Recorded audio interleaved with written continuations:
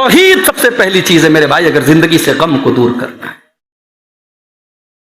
فاقم وجهك للدین حنیفا فطرت اللہ التی فطر الناس علیہا لا تبدیل لخلق اللہ۔ اللہ فرماتا ہے میرے بندو، ہم نے تم کو توحید پر پیدا کیا ہے، اسی توحید پر تم قائم رہنا، یہی تمہاری فطرت کے اندر، تمہارے نیچر کے اندر ہم نے ڈال دیا ہے۔ جو انسان شرک کے راستے پر چلتا ہے وہ اپنی فطرت سے، اپنی نیچر سے ہٹ جاتا ہے۔ بچہ پیدا ہوتا ہے مسلمان پیدا ہوتا ہے، ماں کے پیٹ سے بچہ آتا ہے مسلمان پیدا ہوتا ہے، موحد پیدا ہوتا ہے، ماں باپ اسے مشرک بناتے ہیں۔ شرک سے بچو میرے بھائی، توحید اپنی زندگی میں لاؤ۔ جن کی زندگیوں میں توحید ہوگی ان کی زندگیوں میں سکھ اور چین ہوگا۔ الذین آمنوا ولم یلبسوا ایمانہم بظلم اولئک لہم الامن وہم مہتدون۔ جو ایمان والے ہیں اور جو شرک سے بچنے والے ہیں ان کے لیے امن اور چین ہے، دنیا میں بھی اور آخرت میں بھی۔ یہ پہلی چیز ہوگی۔ دوسری چیز، اگر زندگی سے غم کو ختم کرنا ہے، تکلیفوں کو ختم کرنا ہے، پریشانیوں کو ختم کرنا ہے، تقویٰ کا راستہ اپنا لو میرے بھائی۔ تقویٰ کس کو کہتے ہیں؟ تقویٰ کا سیدھا سیدھا مطلب یہ ہے، اللہ کی نافرمانی سے اپنے آپ کو بچاؤ، گناہوں سے اپنے آپ کو بچاؤ، اللہ کی نافرمانی سے اپنے آپ کو بچاؤ۔ کیوں؟ کیونکہ حضرت علی کہا کرتے تھے کہ ما نزل بلاء الا بذنب وما رفع الا بالتوبہ۔ جب بھی انسان گناہ کرتا ہے کوئی نہ کوئی بلا اترتی ہے۔ ابھی آپ نے شیخ یاسر محبوب صاحب کی تقریر میں سنا کہ انسان کے اوپر مصیبت آتی ہے، انسان کہتا ہے آزمائش ہے۔ آزمائش ہے کہ نہیں ہے پہلے آپ غور کریں، اپنے دامن میں جھانک کے دیکھیں کہ وہ آزمائش ہے کہ نہیں۔ انسان جب گناہوں کی دنیا میں رہتا ہے میرے بھائی، آج ہمارے نوجوانوں کو دیکھیے آپ، کون سی ایسی برائی ہے جس میں آج ہمارا نوجوان ملوث نہیں ہے؟ جوا کھیلنے میں ہمارا نوجوان آگے ہے، نشہ خوری میں ہمارا نوجوان آگے ہے، بدکاری میں ہمارا نوجوان آگے ہے، فیشن بازی میں ہمارے گھروں کی لڑکیاں آگے ہیں، انسٹاگرام اور سوشل میڈیا پر اپنی تصویریں ڈالنے میں ہماری قوم کی بیٹیاں آج آگے ہیں۔ یہ سارے کام کرنے کے بعد پھر ہم کہتے ہیں صاحب ہمارے اوپر اتنی مصیبتیں کیوں آ رہی ہیں؟ جب بھی انسان کوئی گناہ کرتا ہے کوئی مصیبت اس کے اوپر اترتی ہے، اور جب انسان گناہوں سے اپنے آپ کو بچاتا ہے اللہ مصیبتوں کا رخ پھیر دیتا ہے۔ اللہ نے قرآن میں فرمایا وَمَن يَتَّقِ اللَّهَ يَجْعَل لَّهُ مَخْرَجًا وَيَرْزُقْهُ مِنْ حَيْثُ لَا يَحْتَسِبُ۔ جو انسان اللہ سے ڈرے گا، جو اللہ کا تقوی اختیار کرے گا، اللہ ضرور اس کے لیے کوئی نہ کوئی مصیبتوں سے نکلنے کا راستہ بنائے گا۔ وَمَن يَتَّقِ اللَّهَ يَجْعَل لَّهُ مِنْ أَمْرِهِ يُسْرًا۔ جو اللہ سے ڈرے گا اللہ ضرور اس کے لیے کوئی آسانی کی راہ نکالے گا۔ تقوی کے ذریعے مصیبتوں کے غم اور مصیبتوں کے بادل چھٹ جائیں گے میرے بھائی۔ تیسری چیز، غم دور کرنا ہے، پریشانی کو دور کرنا ہے، توبہ اور استغفار کا راستہ اپناؤ۔ جب بھی کوئی مصیبت آئے سوچو کہ مجھ سے کون سی غلطی ہوئی اور اپنی اس غلطی کو سدھارو اور اللہ سے توبہ اور استغفار کر دو۔ اور یہ نسخہ دنیا کے پہلے رسول نے بتایا تھا اپنی قوم۔ کوئی بتا سکتا ہے پہلے رسول کون تھے؟ پہلے رسول کون تھے؟ ہیں؟ نہیں معلوم؟ بچوں پتا ہے پہلے رسول کون تھے؟ پہلے نبی کون تھے؟ نہیں پتا؟ پہلے نبی حضرت آدم علیہ السلام تھے، لیکن پہلے رسول حضرت نوح علیہ السلام تھے۔ حضرت آدم کے بعد حضرت نوح علیہ السلام آئے۔ حضرت آدم علیہ السلام رسول نہیں تھے، نبی تھے۔ حضرت نوح علیہ السلام باقاعدہ ان کی ایک شریعت تھی، وہ ایک شریعت لے کر کے آئے، اس لیے وہ اللہ کے پہلے رسول تھے۔ 950 سال تک حضرت نوح علیہ السلام نے اپنی قوم کو تبلیغ کی تھی۔ آج بڑا مسئلہ، ہمارے ابراہیم بھائی بیٹھے ہوئے ہیں سجوئی کے، ایک دن ہمارے پاس آئے، کہنے لگے شیخ صاحب اب بڑی دلچسپی لوگوں کی بہت کم ہو گئی ہے، تقریروں میں جلسوں میں پروگرام ہوتے ہیں لوگ بہت کم آتے ہیں۔ مجھے بڑا اپنے اس بھائی کے جذبے پر خوشی بھی ہوئی کہ چلو ان کو یہ فکر ہے۔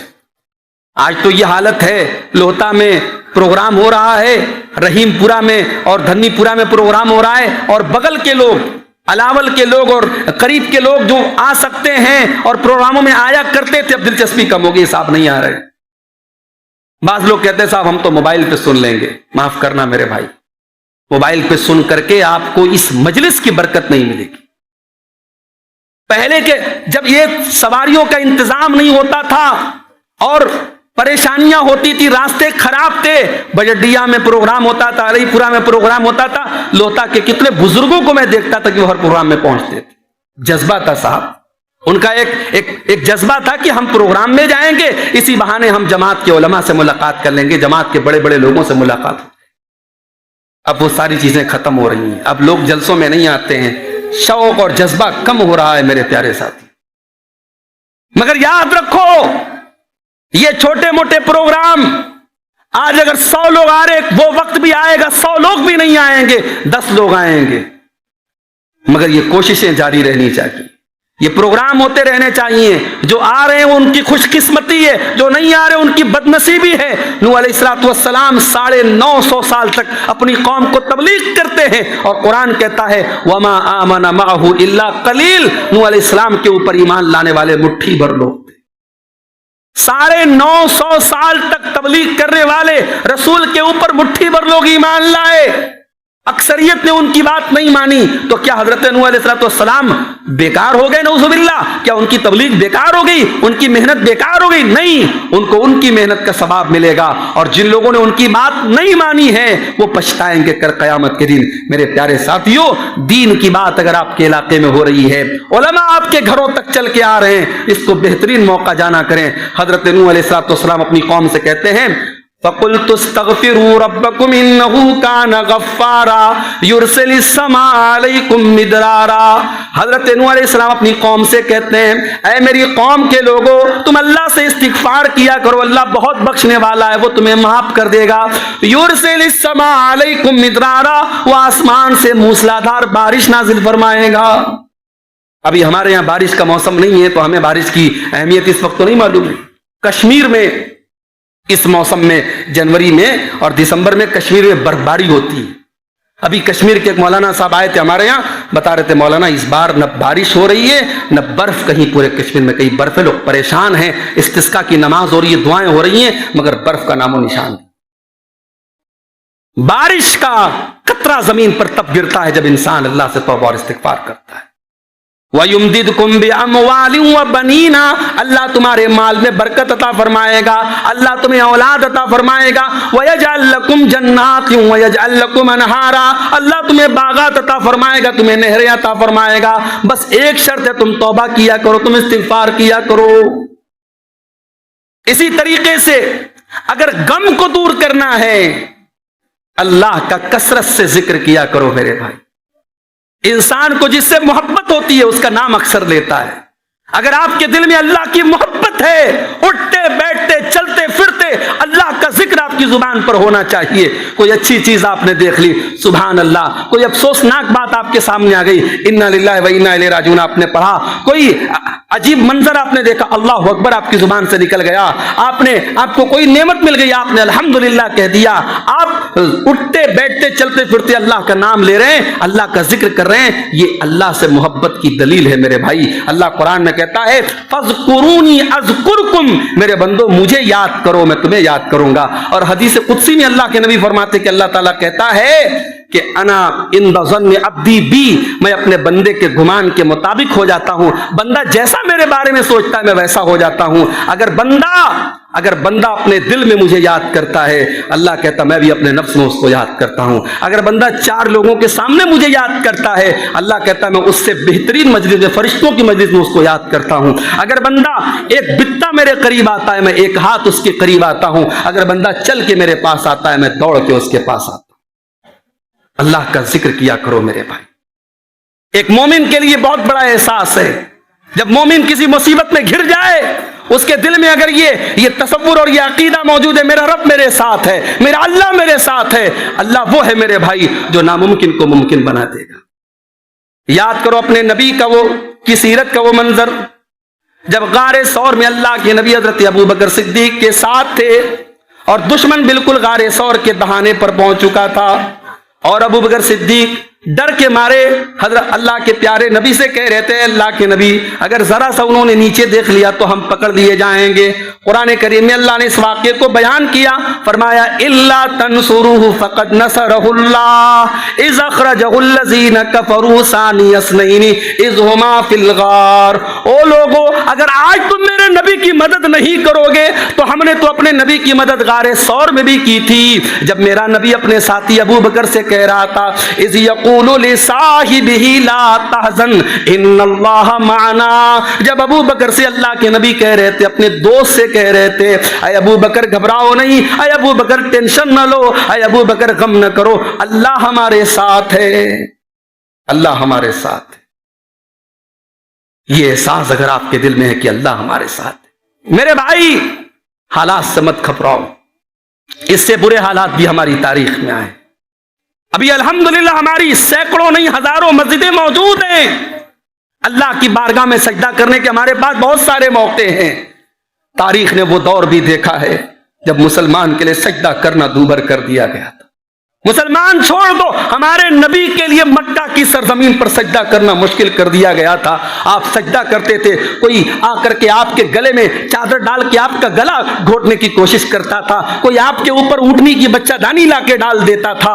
اور قرآن کہتا ہے ارأیت الذی ینہا عبدا اذا صلی, ذرا دیکھو اس بدبخت کو جو میرے بندے کو, میرے نبی کو نماز پڑھنے سے روک رہا ہے. میرے نبی کو نماز پڑھنے تک سے روکا گیا. ہماری تاریخ میں اس سے بھی برے دور آئے ہیں.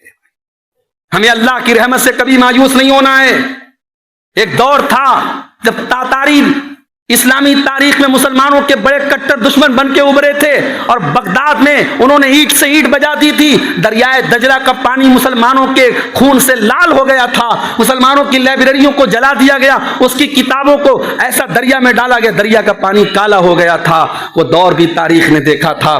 مگر علامہ اقبال کہتے ہیں ہے آیا فتنے تاتار کے افسانے سے, پاسباں مل گئے کعبے کو صنم کھانے سے. انہی تاتاریوں کو اللہ نے اسلام کی دولت عطا فرمائی, اور انہی تاتاریوں نے پھر سلطنت عثمانیہ ان کے ذریعے وجود میں آئی, اور بہترین حکمراں امت کو ملے, اور امت کو جو ہے وہ ایک طریقے سے بہترین قیادت کرنے والے لوگ ملے. میرے بھائی اللہ اگر چاہے تو بت پرستوں کو اپنے کھانے کعبہ کا پاسبان بنا دے گا. ہمیں اللہ کی رحمت سے مایوس نہیں ہونا ہے.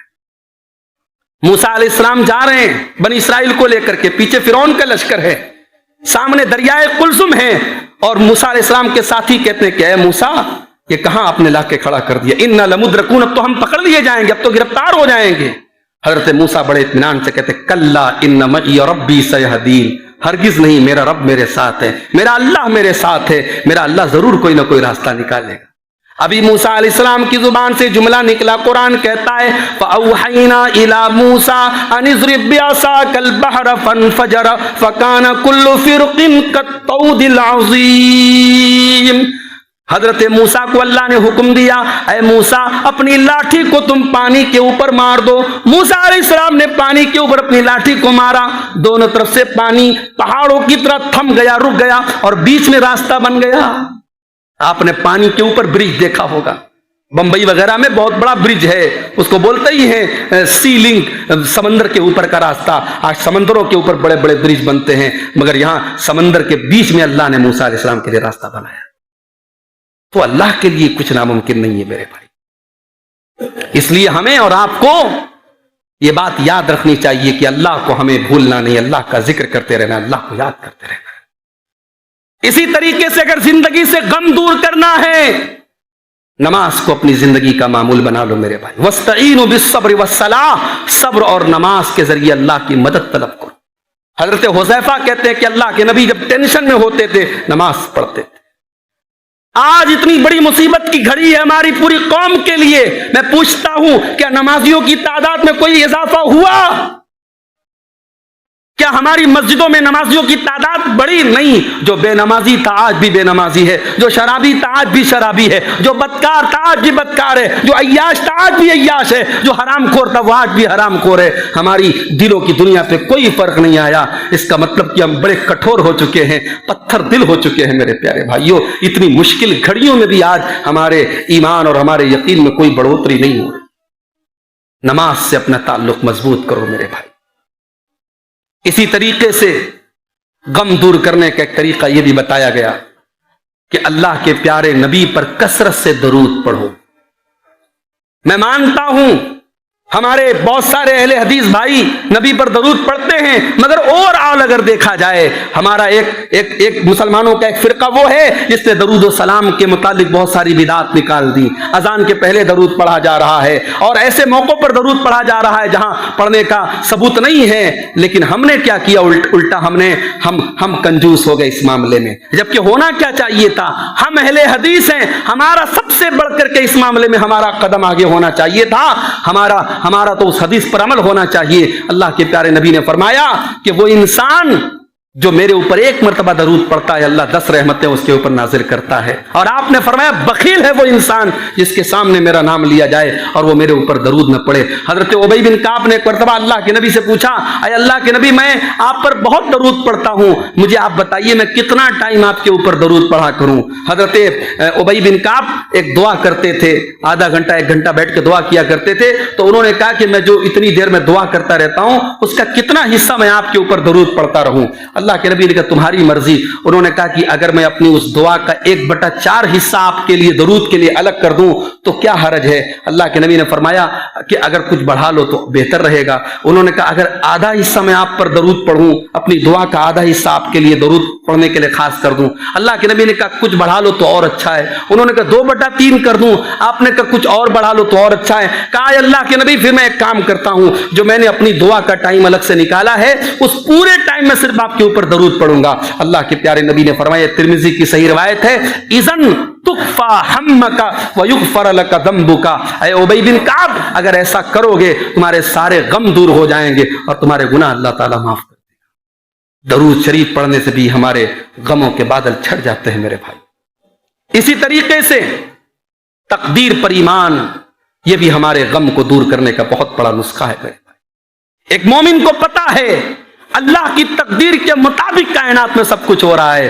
کائنات میں ایک پتا بھی اللہ کی مشیت کے بغیر، اللہ کی تقدیر کے باہر نہیں ہل سکتا ہے. اگر زندگی میں غم آ رہے، پریشانیاں آ رہی، ہماری تقدیر میں جتنا لکھا ہے اتنا آئے گا، اس کو کوئی نہیں روک سکتا ہے. یہ عقیدہ ہمیں طاقت دیتا ہے میرے بھائی. اللہ کے پیارے نبی صلی اللہ علیہ وسلم حضرت عبداللہ ابن عباس کو، جو 10 یا 12 سال کی عمر کے آپ کے چچا کے بیٹے ہیں، سواری کے اوپر آپ کے پیچھے بیٹھے ہیں، اللہ کے نبی ان سے کہتے ہیں، اے عبداللہ ابن عباس، اے میرے بچے، وَعْلَمْ أَنَّ الْأُمَّةَ لَوِ اجْتَمَعُوا، اے میرے بچے اگر ساری دنیا مل کر کے تجھے کوئی فائدہ پہنچانا چاہے، لَا يَنْفَعُوكَ إِلَّا بِشَيْءٍ قَدْ كَتَبَهُ اللَّهُ لَكَ، اتنا ہی فائدہ تجھے پہنچا سکتی ہے جتنا اللہ نے تیری تقدیر میں لکھ دیا ہے. اور ساری دنیا مل کر کے تیرا کچھ بگاڑنا چاہے نہیں بگاڑ سکتی سوائے اتنا جتنا اللہ نے تیری تقدیر میں لکھ دیا. یہ تقدیر پر ایمان اگر انسان صحیح طریقے سے رکھے میرے بھائی، کوئی کسی سے حسد نہ کرے، کوئی کسی سے جلن نہ رکھے، کوئی کسی کی دولت دیکھ کر کے پریشان نہ ہو. جس کے مقدر میں جتنا ہے، جس کی تقدیر میں جتنا ہے،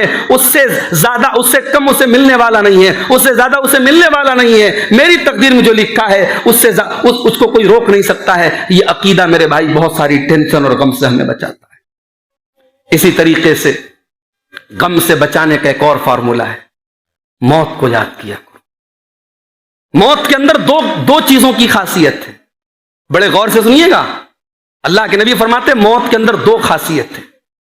لم یذکرہ احد فی ضیق الا وسعہ علیہ، جب کوئی بہت پریشان ہوتا ہے اور موت کو یاد کرتا ہے تو سکون مل جاتا ہے.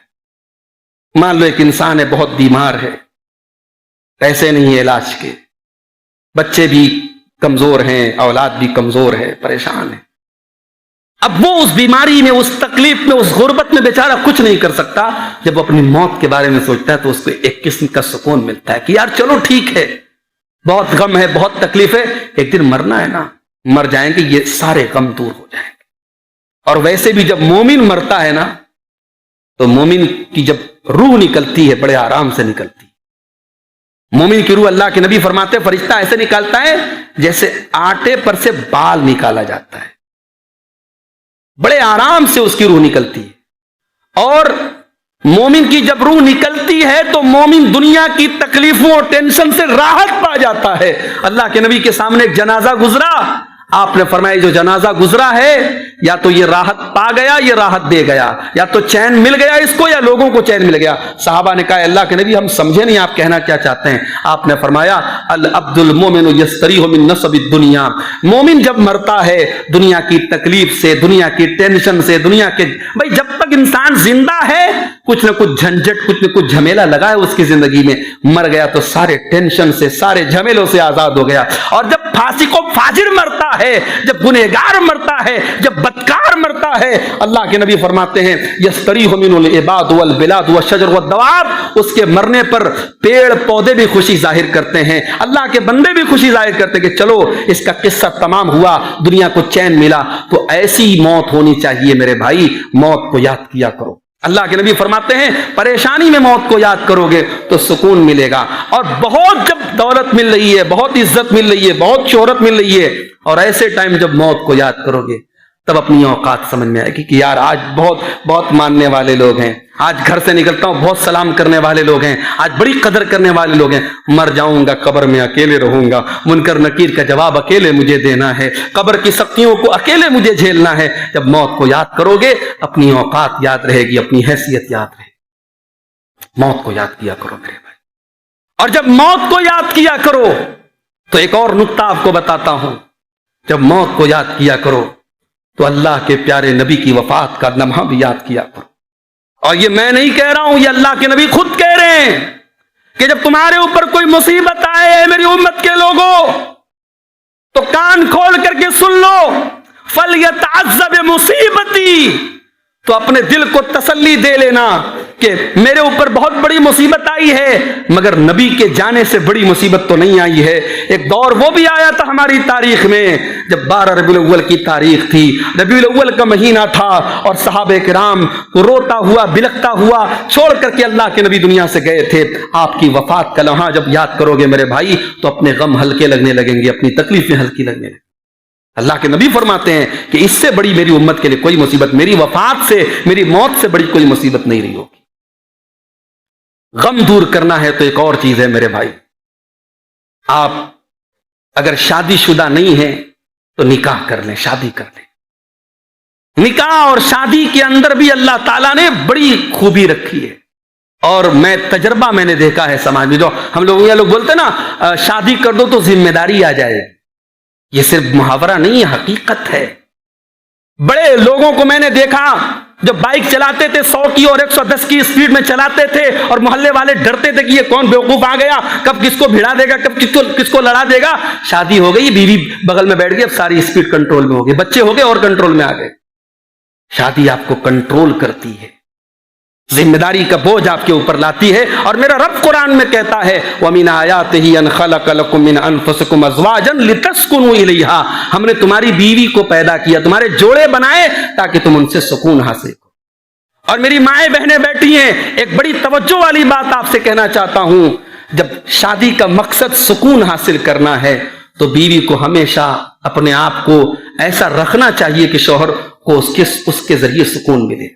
ہمارے یہاں شادی کے پہلے بڑی سجتی ہیں، بڑی سنورتی ہیں، بڑا میک اپ ہوتا ہے، بڑی خوشبوئیں لگتی ہیں، اور شادی کے بعد صاحب وہ سارے اب کس کے لیے سجیں گے، اب تو بند گئے، اب شوہر بیچارہ جائے گا کہاں، یہ نہ سمجھا جائے۔ یہ فتنوں کا دور ہے، یہ بے حیائی کا دور ہے۔ اس فتنے کے دور میں اگر عورتیں چاہتی ہیں کہ ان کے شوہروں کی نگاہیں کنٹرول میں رہے، ان کے شوہر کنٹرول میں رہیں، اپنے آپ کو مینٹین کر کے رکھیں، اور اسی بات کو اللہ کے نبی نے فرمایا التی تسرہ اذا نظر، بہترین عورت وہ ہے جب شوہر دیکھے تو خوش ہو جائے۔ وہ شادی شدہ عورتیں جو شام ہوتے ہی اپنے آپ کو سنوارتی ہیں، سجاتی ہیں، خوشبو لگاتی ہیں، اچھے کپڑے پہنتی ہیں، تجربہ بتاتا ہے، ایکسپیرینس بتاتا ہے، ان گھروں کی شادی شدہ زندگی بہت اچھی چلتی ہے۔ اور جہاں عورتوں کو خالی اس سے مطلب رہتا ہے گھر کا کام کرنا ہے، روٹی پکانا ہے، گھر کا کام دیکھنا ہے، شوہر آتا ہے تو ایسی حیت بنی ہوتی ہے، کیفیت بنی ہوتی ہے کہ بالکل جو ہے شوہر کو اس کے اندر کوئی انٹرسٹ نظر نہ آئے، کوئی اس کے اندر اٹریکشن نظر نہ آئے۔ ایسا نہیں ہونا چاہیے میرے پیارے ساتھیوں۔ اللہ کے نبی نے شوہر اور بیوی کے رشتے کو سکون کہا ہے، نکاح کے ذریعے بھی زندگی میں سکون آئے گا۔ اور آخری چیز یہ ہے میرے بھائی، غم دور کرنا ہے تو اس مالک سے لو لگاؤ جو مالک ہماری زندگیوں کا مالک ہے۔ ہمارے دلوں کا کنٹرول جس کے ہاتھ میں ہے اس مالک سے لو لگاؤ، اس سے دعائیں کیا کرو، اس اللہ سے دعائیں کیا کرو، وہ آپ کی زندگیوں کو خوشی سے بھر دے گا۔ اور ایک دو دعائیں میں آپ کو سکھا دیتا ہوں، اللہ کے نبی غم میں پڑھا کرتے تھے، لا الہ الا اللہ رب العرش العظیم، لا الہ الا اللہ رب العرش الکریم، یہ دعائیں اللہ کے نبی مصیبت میں پڑھا کرتے تھے۔ لا الہ الا انت سبحانک انی کنت من الظالمین، یہ دعا جو حضرت یونس علیہ السلام نے مچھلی کے پیٹ میں مانگی تھی، جب دنیا کا کوئی نیٹ ورک نہیں پہنچ سکتا تھا، اللہ نے وہاں یونس کی دعا سنی تھی۔ اور اللہ کے نبی فرماتے کہ آج بھی جب کوئی مصیبت میں اس دعا کو پڑھے گا، اللہ ضرور اس کی مصیبت کو دور کرے گا۔ اسی طریقے سے اللہ کے نبی ایک دعا کرتے تھے، اللہم انی اعوذ بک من الہم والحزن والعجز والکسل والجبن والبخل وضلع الدین وغلبۃ الرجال، اے اللہ میں تیری پناہ چاہتا ہوں رنج سے، غم سے، عاجزی سے، کاہلی سے، بزدلی سے اور بخیلی سے اور قرض کے بوجھ سے، اور لوگ میرے اوپر حاوی ہو جائیں، ان تمام چیزوں سے میں تیری پناہ چاہتا ہوں۔ ابھی راستے میں ہم لوگ آ رہے تھے تو ہمارے بھائی عبدالحفیظ صاحب نے کہا کہ اس موضوع پر بھی کبھی ایک تقریر ہونی چاہیے کہ اللہ کے پیارے نبی کن کن چیزوں سے پناہ مانگتے تھے۔ انشاءاللہ کبھی موقع ملا لوتا ہی میں یا کہیں بھی تو ایک یہ بڑا پیارا موضوع ہے کہ جن چیزوں سے اللہ کے نبی پناہ مانگا کرتے تھے وہ چیزیں کیا ہیں، ان چیزوں پر ہم ایک روشنی ڈالیں کہ کیا وہ کتنی خطرناک چیزیں ہیں جن سے اللہ کے نبی پناہ مانگا کرتے تھے۔ غم سے اللہ کے نبی پناہ مانگا کرتے تھے۔ میرے پیارے ساتھیوں، ان دعاؤں کو آپ یاد رکھیں، اور آخر میں یہ یاد رکھیں، زندگی میں شاعر کہتا ہے کسی کو مکمل جہاں نہیں ملتا، کسی کو مکمل جہاں نہیں ملتا، کہیں زمین کہیں آسمان نہیں ملتا۔ اگر آپ چاہتے ہیں کہ آپ کو زندگی میں سب کچھ مل جائے، یہ پاسبل نہیں ہے۔ جن کے بارے میں آپ کو لگتا ہے ان کو سب کچھ مل گیا، ان کی بھی زندگیوں میں بہت سارے کھانے خالی ہیں میرے بھائی۔ فرعون اتنا بڑا بادشاہ تھا، اولاد نہیں تھی اس کے پاس، اولاد نہیں تھی، اپنے آپ کو خدا کہتا تھا، لیکن اتنی اوقات نہیں تھی کہ اپنی بیوی کو بچہ لا کے دے سکے۔ تو دنیا میں سب کو سب کچھ مل جائے یہ پاسبل نہیں ہے۔ اگر آپ کو یہ لگتا ہے کہ آپ کو وہ نہیں ملا، وہ نہیں ملا، تو جاؤ کبھی ہاسپٹلوں کا جائزہ جا کے آپ کے بنارس میں بہت بڑا بنارس ہندو یونیورسٹی کا ہاسپٹل ہے، بی ایچ یو کا ہاسپٹل ہے، ٹراما سینٹر، آپ جا کے دیکھو میرے بھائی، ان کٹے پھٹے لوگوں کو دیکھو، ان ٹوٹی پھوٹی ہڈیوں والوں کے دیکھو، ان کینسر کے ہاسپٹل میں کینسر کے مریضوں کو دیکھو، آپ کو لگے گا یار آپ کی زندگی بہت اچھی ہے، اللہ نے بہت کچھ ایسا دیا ہے جو دوسروں کے پاس نہیں ہے۔ میں کہتا ہوں ایک انسان بہت مرغن غذائیں نہیں کھاتا، بہت بہترین کھانا نہیں کھاتا، اگر اپنے بچوں کے ساتھ سوکھا روکھا کھاتا ہے، لیکن اپنے اس کے سر کے اوپر مکان ہے، چھت ہے، اور اپنے بچوں کے ساتھ چین سے 2 ٹائم کی روٹی کھا رہا ہے، اللہ کا شکر ادا کرے۔ کتنے لوگ ہیں ان کے پاس سر چھپانے کو چھت نہیں ہے، ان کے بچے سردیوں میں فٹ پاتھوں پہ سوتے ہیں، ان کی عورتوں کی عزت محفوظ نہیں ہے، رات میں 2 بجے ان کی عورتیں سڑکوں اور چوراہوں پر لیٹتی ہیں۔ اگر آپ کے گھر کی عورتوں کی عزت محفوظ ہے اور آپ کے سر پہ چھت ہے اور آپ کو کھانے کو کھانا مل رہا ہے اور آپ کے بچے اور آپ بیماریوں سے محفوظ ہیں، میرے بھائی بہت بڑی نعمت ہے آپ کے پاس۔ اسی لیے اللہ کے نبی فرماتے ہیں 3 نعمتیں جس کو مل جائیں، من اصبح منکم آمنا فی سربہ معافا فی جسدہ عندہ قوت یومہ، 3 نعمتیں جس کو مل جائیں، اپنے گھر میں چین سے ہو، بدن میں کوئی بڑی بیماری نہ ہو، اور اس کے پاس 1 دن کا کھانا ہو۔ آج تو یہاں آدمی 10 سال آگے کی پلاننگ کرتا ہے، سوچتا ہے اتنا پیسہ کما کے جاؤں کہ آنے والی نسلیں بھی بیٹھ کے کھائیں۔ ارے کیوں آنے والی نسلوں کی فکر کرتے ہو؟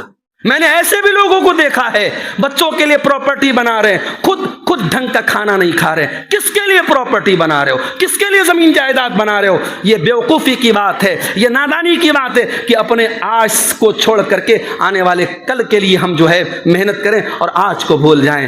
آج اللہ آپ کو جو نواز رہا ہے میرے بھائی، اس نعمت کا فائدہ اٹھاؤ، اچھا کھاؤ، اچھا پہنو، اچھے مکان میں زندگی گزارو۔ مستقبل کا مالک اللہ ہے، مستقبل کا مالک اللہ ہے۔ اللہ کے نبی فرماتے 3 چیزیں ہیں، امن کے ساتھ گھر میں ہے، بدن میں کوئی بیماری نہیں ہے، اور 1 دن کا کھانا ہے، فَكَأَنَّمَا حِيزَتْ لَهُ الدُّنْيَا بِحَذَافِيرِهَا، سمجھو دنیا کی ساری نعمتیں اس کو مل گئیں۔ اسی لیے اللہ کے نبی کہتے ہیں ہمیشہ اپنے سے نیچے کے لوگوں کو دیکھو، اپنے سے اوپر کے لوگوں کو مت دیکھو، اپنے سے نیچے کے لوگوں کو دیکھو۔ جب نیچے کے لوگوں کو دیکھو گے تو لا تزدروا نعمت اللہ علیکم، تمہیں اللہ کی نعمتوں کی قدر معلوم ہوگی۔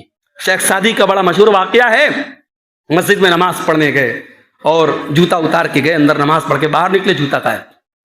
کہنے لگے یا اللہ، یہ ہے تیری عبادت کا صلہ، تیرے گھر میں نماز پڑھنے آیا، میرا جوتا غائب ہیں؟ میں کوئی گھر خراب غلط کام کرنے آیا ہوتا تو الگ بات، میں نماز پڑھنے آیا ہوں اور میرے ایک پیر کا جوتا غائب ہو گیا۔ اچانک شیخ سعدی کی نظر ایک انسان پر پڑی مسجد کے دروازے پر، جس کی ایک ٹانگ ٹوٹی تھی، وہ بیچارہ لنگڑا تھا، بیساکھی کے سہارے چلتا۔ شیخ سعدی نے فوراً رجوع کیا، کہا کہ نہیں ہے اللہ، میرا ایک جوتا گیا ہے، جوتے بہت آ سکتے ہیں زندگی میں، یہ انسان تو ایک پیر سے محروم ہے اللہ، کم سے کم میرے دونوں پیر تو سلامت ہیں۔ یہ شکر کا جذبہ ہوتا ہے میرے بھائی۔ بہت ساری نعمتیں اللہ نے ہمیں ایسی دی ہیں جو دوسروں کے پاس نہیں ہیں، اس لیے اللہ کی جو نعمتیں ہیں ان کی قدر کرو۔ لالچ کا گھڑا کبھی نہیں بھر سکتا۔ اللہ کے نبی فرماتے لو کان لابن آدم وادیان من ذهب لابتغى ثالثا، آدم کے بیٹے کے پاس سونے کے 2 پہاڑ آ جائیں تب بھی کہے گا تیسرا کہیں سے مل جائے تو بڑا اچھا ہو جائے۔ ولا يملأ جوف ابن آدم الا التراب، اور آدم کے بیٹے کے منہ کو اگر کوئی چیز بند کر سکتی ہے تو قبر کی مٹی۔ جس دن آدمی مرتا ہے اس دن اسٹاپ ہو جاتا ہے۔ جب تک زندہ رہتا ہے نا، یہ خرید لوں، وہ خرید لوں، یہ کر لوں، وہ کر لوں، اس کی پلاننگ چلتی رہتی ہے۔ اس لیے میرے بھائی قناعت پیدا کرو، اللہ تعالیٰ جتنا دیا ہے بہتر کی کوشش کرو، بہتر کے لیے محنت کرو، اپنی زندگی کو اور اچھا بنانے کے لیے جتنی محنت کر سکتے ہو کرو، مگر لالچ مت کرو، کیونکہ لالچ کبھی پورا ہونے والا نہیں ہے۔ قناعت اپنے اندر پیدا کرو، اس سے بھی ہمارے غم دور ہو جائیں گے اور ہمیں خوشی محسوس ہوگی انشاءاللہ۔ تو یہ خوشی اور خوشی حاصل کرنے اور غم کو دور کرنے کے تعلق سے چند باتیں آپ کے سامنے بیان کی گئیں۔ اللہ سے دعا ہے رب العالمین ان چیزوں پر ہم سب کو عمل کرنے کی توفیق عطا فرمائے۔ ملک کے جو موجودہ حالات ہیں اللہ تعالیٰ ان کو درست فرما دے۔ اللہ ہماری مسجدوں کی، ہمارے جان و مال کی، ہمارے عزت و آبرو کی حفاظت فرمائے۔ اللہ ظالموں کے ظلم سے، شریروں کے شر سے ہم سب کو محفوظ رکھے، اور ملک کی وہ طاقتیں جو ملک میں امن اور چین کو ختم کرنا چاہتی ہیں اور خاص طور سے ہمارے عزت و آبرو کے پیچھے پڑی ہیں، اللہ اللہ کل شیء قدیر ہے، اللہ خیر الماکرین ہے، اللہ کی تدبیر سب پر حاوی ہے۔ اے اللہ تو اپنی تدبیر کے ذریعے ان مکاروں کے ہر چال کو تو ناکام کر دے۔ اے اللہ مسجدیں تیری ہیں، عبادت گاہیں تیری ہیں، اللہ ہمارے اندر اتنی طاقت نہیں کہ ہم ان کی حفاظت کر سکیں۔ ہمارے بس میں جو تھا، ہمارے اختیار میں تھا، وہ ہم نے کل بھی کیا تھا اور آئندہ بھی کریں گے۔ اے اللہ باقی تو اپنے گھر کا محافظ خود ہے۔ اے اللہ تو اپنی مسجدوں کی اور اپنی عبادت گاہوں کی حفاظت کا ایسا انتظام کر دے کہ ان کے ساتھ غلط ارادہ کرنے والی تمام کوششیں ناکام ہو جائیں۔ رب العالمین اس ملک میں جو لوگ شرک میں لت پت ہیں، جو بت پرستی میں لت پت ہیں، اور جو اپنے شرک کو صحیح سمجھ رہے ہیں اور اسلام کو غلط سمجھ رہے ہیں، اے اللہ تو ان کو صحیح سمجھ دے، ان کو اسلام کی نعمت قبول کرنے کی توفیق عطا فرما دے۔ اللہ ہم سب کے جان و مال میں برکت عطا فرما، ہماری روزی روٹی میں برکت عطا فرما، جو بیمار ہیں ان کو شفاء کاملہ عاجل عطا فرما، جو اہل توحید دنیا سے گئے ہیں اے اللہ ان کی مغفرت فرما۔ رب العالمین ہمارے نوجوانوں کی حفاظت فرما، جب تک ہم دنیا میں زندہ رہیں اسلام پر زندہ رہیں اور ہم سب کا خاتمہ ایمان پر ہو۔